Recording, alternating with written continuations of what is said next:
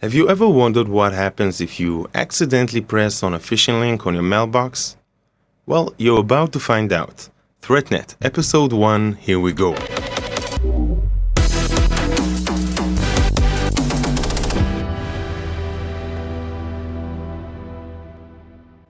Hello everyone and welcome to the very first episode of ThreatNet, the YouTube podcast that dives into cybersecurity threats from the hacker's perspective.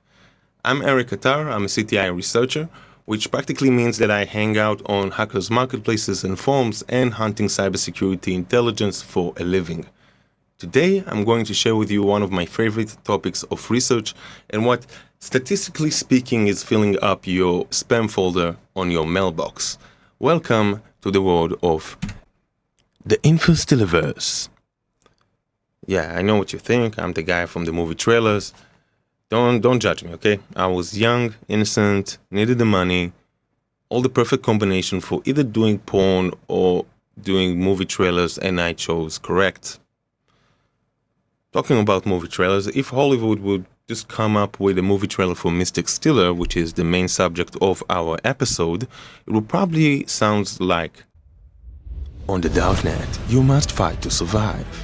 He was selling info-stealers in the corner when the Interpol wanted in. Zuckerbrand, they're trying to take down my C2 servers. Double the action, triple the excitement. One man, one opportunity.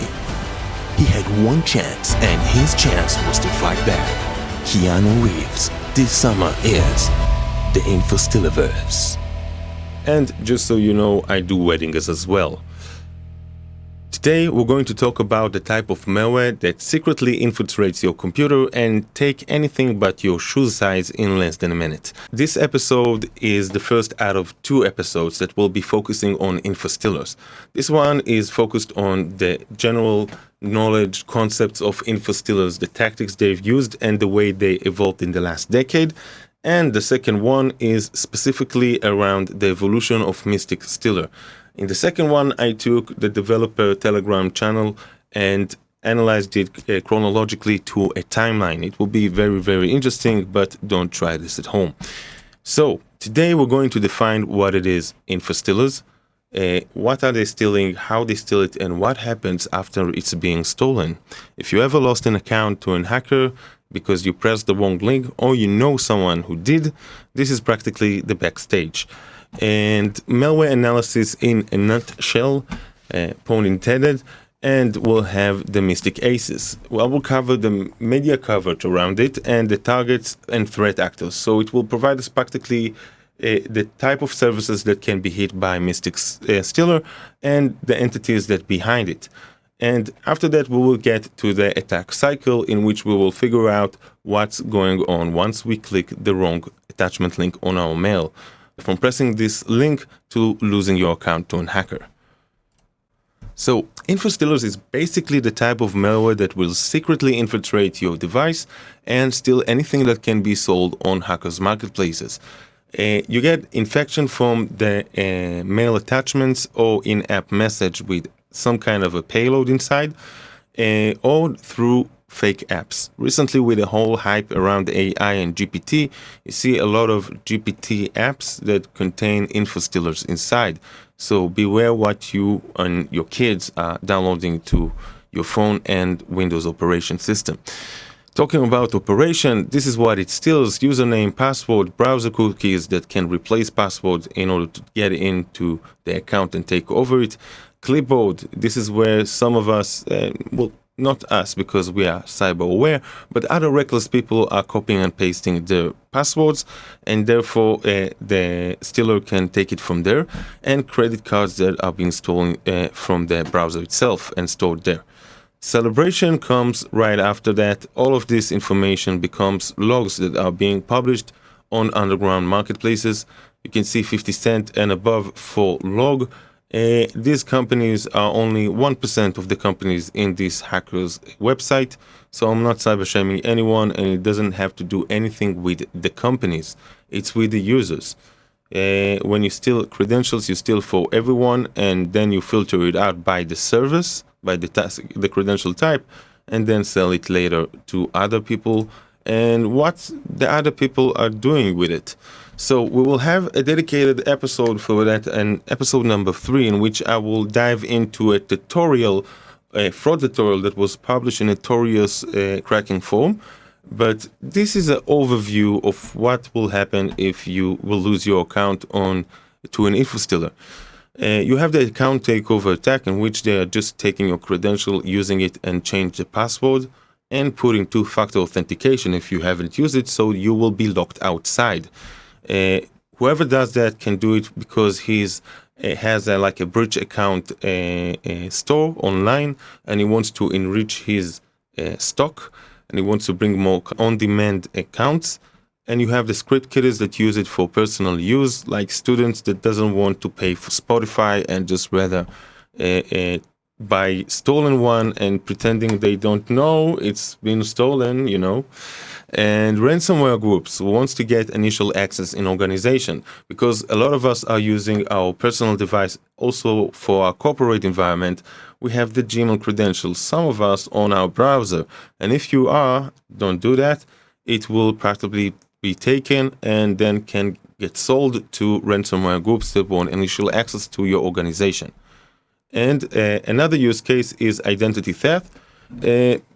I think like that, the true old-fashioned identity theft, like pretending that you are someone and taking loans, this is something like one thing. But I'm talking about SIM swapping, which is recently we're seeing more and more incidents like that from APT groups that are using that. And what is SIM swapping? It's practically a general name for several techniques to take over your phone number for several minutes. And once they have your mobile phone number, they can go and do reset password, and then they send a one-time code to your number. So the hacker is getting that, and this is how he can take over everything. So why is it related to your logs? Because your logs contain information about sometimes your credit card. And if you have that, the hackers are calling your supplier, of the mobile line supplier, and they say, okay, I lost my phone, he's got stolen. I need you to change my number to this number, and he provides his number. And for confirmation, he provides your credit card to ensure and to verify that he is practically you. So the logs can be used in several fraudulent ways. These are only the two major ones that I'm seeing recently. So now that we understand what InfoStealer is and what type of risk it holds, let's figure out what type of security measurements it needs to bypass in order to remain stealth in your device. So in malware research, we have two main methods to detect and research malwares. First, you take a snapshot, a mugshot of them, and put it on the security cameras, which means that you are taking the malware code, syntax, structure, attributes, and practically create a signature out of it, value that is practically unique, and then you move it forward. And once any other system or software identify the same signature, they know they have a convicted prisoner on a run escape. So this is exactly the case of Justin Bieber. He got arrested, and the mugshot was uploaded to the software that serves all the security cameras in the same town. And this service goes and analyzes the photo and create a signature out of it. It takes the gaps between the eyes, the ratio of the jaw, everything becomes a number, so it will be identified and unique. But Justin Bieber understands that because he's not a kid anymore. So he goes to his plastic surgeon and tells him, I want to look like Miley Cyrus. And of course, the plastic surgeon is really, really happy because since it's the easiest job that he ever done in his life. And out of the clinic comes out Miley Cyrus. And the security cameras around town have nothing on her. This is exactly what a code morpher is used for in malware development. They constantly change the face of the malware, so static signature won't really matter. So, what do we have against that? We have the interrogation room. The police knows that Miley Cyrus might be Justin Bieber, so they take it to isolated environment and they put a lot of pressure. There's interaction there between the investigator and the suspect. And once it happens, they can take off the mask and understand this is really Justin Bieber inside and not Miley Cyrus. according to their observation on the behavior and not just the appearance itself. So this is oversimplifying a static and dynamic analysis done by Arik. Thank you very much. Mystic Stealer, the rocket stealer. A lot of the media coverage compared to other info stealers, very powerful one that we've seen in recent years. Why? Because it has such a tremendous target list. Mystic Stealer is capable right now on compromising 78 different services and stealing their credential in less than a minute. Another thing that is going on there, everything started off, the chain of reaction started from the malware developer, the malware team, Mystic's team, publishing on 6 different platforms in 24 hours. This is a lot of marketing effort for malware as a service operation that usually tend to go a little bit more stealth than that. But we will see it in the timeline and realize exactly why it happened. So these are the type of services that if you are using them, Mystic Stealer and Mystic Stealer is running on your Windows machine, it can take their credential and send them away. Web browser, we have all the famous one, and this is only a partial list. Remember, the full list of services is 78 services list, and you can find it on Zscaler Technical Analysis of Mystic Stealer. I will put it on the comments. Great article, highly recommend if you are into cybersecurity and malware specifically. Two-factor authentication. It's not just that it takes your credential, it also can take the tokens that are being sent whenever you do reset password. So if you're using one of those services for this, it can be hacked and sent. And in the last update, he added Telegram and Steam Session, which are heavily used by gamers. So we understand the concept of info stealers, and we understand the type of security measurements they need to bypass in order to remain stealth. But who are the people that stole your uncle's Facebook account just because he thought the IRS are sending $50,000? Those are. The developer is basically the individual, the group that is doing all the features.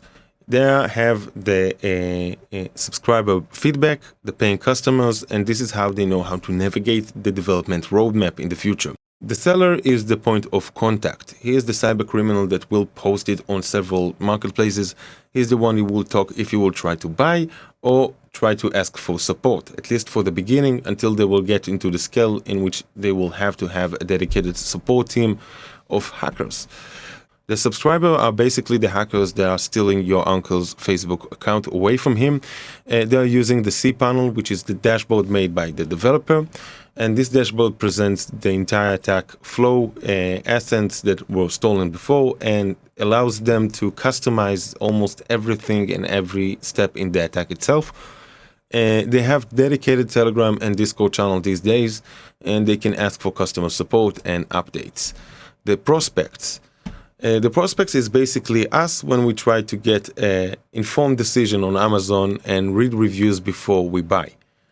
Only on our case, the chances to get scammed is 5 or 10%. And in the case of marketplaces that belongs to hackers, your chances to get scammed can go from 40 to 60%. And this is how you have so many prospects. Every new hacking services is getting a lot of skeptical eyes that try to analyze if it's true or false. So basically, those people have different channels in which they can go and catch up with the latest update and see if the new features of the InfoStealer meets their business operation needs. And lastly, we have the C2 server. Although it's not a human entity, it is the brain of the entire malware attack. The malware is small pieces of code, is not intelligent, it's not even autonomous. It asks everything the remote bare metal server, and the bare metal server has a lot of configuration. According to them, he knows how to react. Like if you seeing Exodus history log, cryptocurrency wallet, if you seen it in the history, so go and catch the credentials and the cookies. So everything can be customizable, and this transaction will show right here. So now we have all the pieces of the puzzle. Let's glue them all together. Mystic Stealer attack flow. This is basically the backstage of an infection event. We have the developer that created this cPanel. The cPanel is used for 3 things. creating a new version of the malware, which can be easily identified and tagged and labeled, monitoring the attack as it goes, how many assets, credentials, password, whatever was stolen up until now, up until that point, and uploading configs to the C2 server that will later on tell Mystic Stealer how to detect it's inside interrogation room, if it's inside an interrogation room, and kill himself before getting revealed. So basically, this is how it goes. Those people believe they got a raise from the employer, very, very happy, executing the wrong link, and all of a sudden we have keyboard layout, CPU information, username, running processes, all of these data points are being flying out to the C2 server. Why? Because the config is waiting right here, and it checks the values. Once you see the keyboard layout, let's just say, belongs to some country and inside of the CIS, which means the former Soviet Union countries, it won't be executed. Once you understand that the CPU information fits to a more like VM sandbox and less a PC or some kind of normal device, it will tell him to self-terminate because he will believe it's inside of interrogation room. Once he will see the running processes contain well-known anti-malware services, it can tell him back, kill yourself before getting revealed. So this is another layer of stealth that it's putting here. And of course, the C2 server also tells him here in this request what you should steal. And this type of information, history, autofills, bookmarks, cookies, stored credentials, everything is flying out real time to the C2 server. From there, the subscriber, the cybercriminal, can decide if he wants to download it and increase his network fingerprint, increase the amount of information that will transfer between him and the suspected malicious server, or he can just put the information there, store it, and take only what it needs. So this is basically the operation. In the next episode, we will dive much deeper into the timeline itself. By the end of the next episode, you will have better understanding of how Mystic evades your device protection, how practically LLM will change the way we will defend yourself in the future, and most importantly, how to defend yourself. I'm not talking about the generic suggestions about two-factor authentication or choose a hard-to-guess password. I'm talking about real practical tips that I know from other security researchers, because this is how we protect ourselves. So the next episode is practically dedicated to an analysis of the entire content of Mystic Stealer Team Telegram channel. It's going to be interesting. Don't try this at home. I've analyzed it for you because there are several insights that we can learn from, and there are 6 different trends in the malware as a service operation that I'm seeing in recent years that are perfectly represented inside Mystic Stealer timeline. So either if you are like cyber defenders or just users that are trying to navigate their way throughout these cyber threats online, stay tuned. I urge you now to join the ThreatNet community. Like, share, and subscribe for more deep dive. Stay tuned and comment with your thoughts on Mystic Stealer.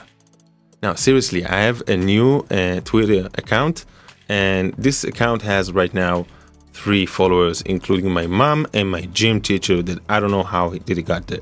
But please save me from the embarrassment and add your followers.